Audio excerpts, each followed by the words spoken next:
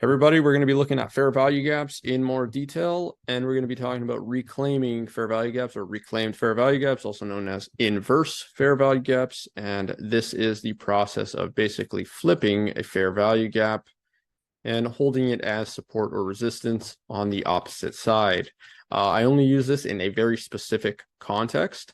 So it must come after a draw on liquidity. Okay. It must absolutely only ever come after a draw on liquidity. And it works best when it is the only or one of the only available POIs. Of course, you can stack it, but it works best when it is one of the only POIs. I strongly suggest that you guys go and you test this out yourselves to better understand this. Don't just take my word for it. You may or you may not include this in your own trading period, right? So you don't take my word for it. Go test it, go understand it, and it may help you out.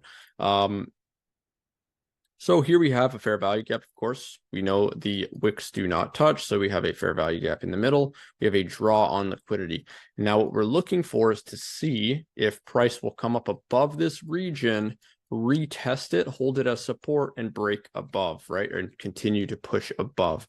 So a fair value gap, as we expected, is that price will come into it and then push down lower, continuing that bearish order flow. But after we've hit a draw on liquidity, that bearish order flow ends. So how can we get an early signal that the bearish order flow has ended?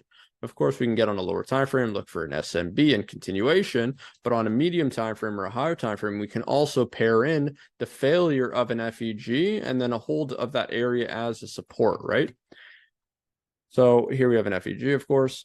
When we come above it and close above it, so if I go like this here, this one candle, oops, we got one candle here, we got another candle here. And then we have the third candle here, right? Now let's make these two candles white. Black outline, okay.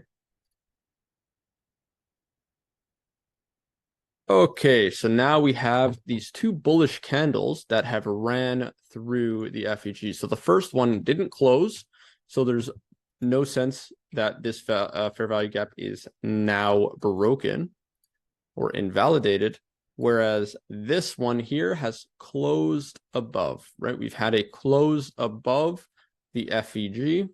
Now this is looking to be a weak level, and what we can do here is look for a price to come back. It doesn't have to come back immediately. It can come back in the future, as long as we still have a draw on liquidity or a next likely draw on liquidity, right? Following our, as long as we're following our rules of consequential order flow. We can come back, look for that to hold support and take us to the draw on liquidity. I'll show you some real-time examples, of course. What this means is that this FVG is failing to do its job, and then institutions look to find support at this region to continue up higher, okay? There are residual buy orders in this region, which will act as support to push higher, okay? Reclaiming this region, right? This bearish region, reclaiming it as support, or on the opposite side, this otherwise bullish region in this FVG broken down and reclaiming it as resistance to push lower. And in many cases, this could be one of the easiest POIs to spot if you follow the rules, like it must come from a draw on liquidity and we must have a next likely draw, of course.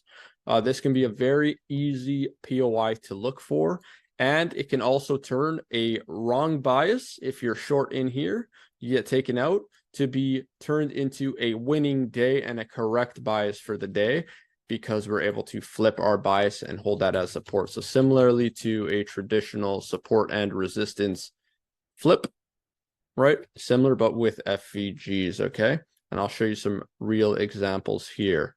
Now, we would normally expect that an ISP would form in here to take us lower. When this breaks, we can then look to take this as support and form an ISP inside of that. So here we have a draw on liquidity. We have an SMB, and then we push back and we return to the type 1 range, and we're expecting that this is a pivot point, right? So the reclaimed FVG must come from an area that is an expected pivot point. So a draw on liquidity, or like a return to a type 1 that's coming from a draw on liquidity, right? It only is valuable if we're in an area where we expect price to start to roll over, right? If we don't expect price to roll over and this happens in the middle of the leg, then it's not so important. Now I'm going to go to the 15-minute here. And when we're looking here at this piece of price action, from the low to the high, we push down into it, leaving a fair value gap here. And then we push into the type 1, and we take basically all the liquidity available out of the leg. From here, we're left with an FVG. And of course, we would expect that this would hold as a form of resistance to push us back lower and continue that order flow. And then we see here that it doesn't. And this is where I took a trade, which you'll see in the trade recap, one of the trade recaps that I posted. But you can see here, we do not have a close above, so there's no inclination that this is not going to push us back lower. And then immediately after the next candle, we had a close above the FVG. And then immediately there, I look to see that this will hold as an area of support and push us up higher into the next draws, right? This was the one I was looking at.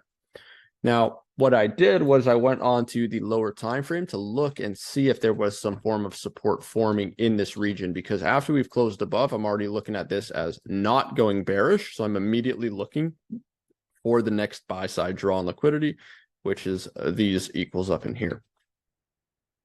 Now on the 1 minute, you're going to see two examples of this. Here's that area. We sweep, form a type 1, push up, and then I'm looking at this entire type 1 region as the area of support that's inside of the reclaimed FVG, right? We've broken above that FVG, closed on the 15-minute right in here, and now we're reclaiming it as a support. And you can see right in here how crispy clear that region is, right? They're just perfectly respecting the 50% of that reclaimed FVG here on the 15-minute. Write that on here. And then inside of here, there's also another example of the exact same thing happening. Now, for me, this is a type 1, right? Because this is our system. And we're going to favor this form of analysis, which is that this sweeps liquidity, creates a type 1 and should hold. But also, if we look in here, this big bearish candle is an FVG, pushes down into liquidity. So following those same rules, pushes down into liquidity and then pushes up out of it. And then if we look at this FVG, you can see how beautifully this FVG is respected and why price wanted to not just react from here, but come down lower and react in this region to hold that as support. So just looking at another possible area of confluence as well to take a long. Now, for me, the type 1 was enough, and that's what I was looking at. But just on reviewing price now, in hindsight, I can see that there's also that inverse FVG.